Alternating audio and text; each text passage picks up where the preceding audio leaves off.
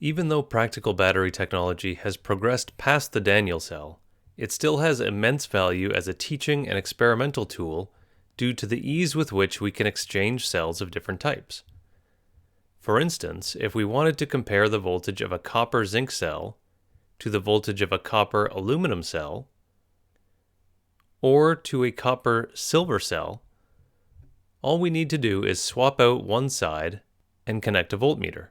Now, if we wanted to know the potential difference in a zinc-silver cell, would we have to do the experiment, or could we just sum up the reactions that we've already seen and sum their voltages? Well, yes, actually we can. And this is one addition that we could also set up and do practically. On one side we have zinc plus copper ions converting into zinc 2 ions and copper metal at 1.1 volts. And on the other side we have copper metal plus 2 silver ions converting into copper 2 plus and 2 silver atoms at 0.46 volts.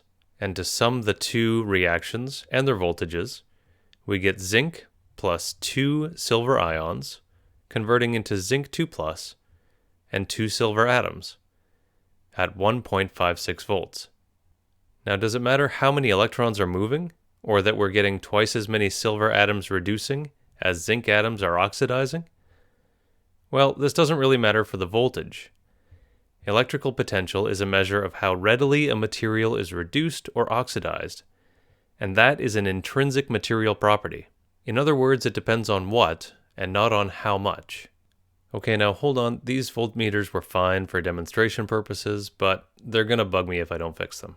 See, they're all in parallel, so they would actually read the same potential, 1.56 volts, as though the copper isn't there at all, which, according to the balanced equation, it isn't. So with a large enough set of cells, we could find enough examples to string together a set that leads us to the combination that we're really interested in. And this creates a problem that's really similar to what we saw with enthalpy.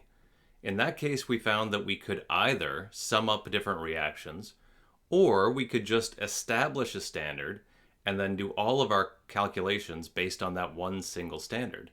For enthalpy, that was the standard enthalpy of formation. And for electrodes, we have the standard reduction potential. Now, to define a standard, we need to realize that there's more in this picture than just the electrodes. Since electron transfer is a chemical reaction, it still depends on the movement and availability of all the chemical species involved. So in order to properly compare the potential of different electrodes, we define standard cell potentials as the measured potential when all aqueous species are at 1 molar concentration and all gases are at 1 bar. And yes, it also depends on the specific temperature at which the reaction occurs. But there's still one standard that we're missing. Like enthalpy, there's no natural, universal zero point against which we can measure all of our reduction potentials. It's up to us, as the scientific community, to arbitrarily select some cell that we're going to define as having 0 volts at all temperatures.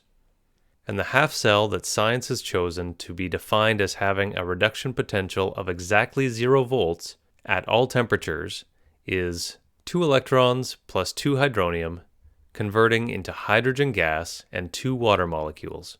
And since hydrogen is a gas and you can't exactly make an electrode out of a gas, a piece of platinum metal is used to support the reaction. The platinum doesn't react itself, it just provides a place for the reaction to happen. The standard half-cell reduction potentials can now be determined by the direction of electron flow and the measured voltage. Let's start with zinc. If you connect a zinc standard half cell to the hydrogen standard half cell, you'll see that the zinc dissolves and that the measured voltage is 0.76 volts. Dissolving means that zinc is being oxidized in the reaction, and that means that the hydrogen has a higher reduction potential than zinc, making zinc the anode in this pair. The measured voltage is therefore zinc's oxidation potential. We only need to reverse the sign to find that zinc's standard reduction potential is negative 0.76 volts. We can actually write this out as a nice general equation for standard half-cell calculations that says that the standard cell voltage is the standard reduction potential of the cathode minus the standard reduction potential of the anode.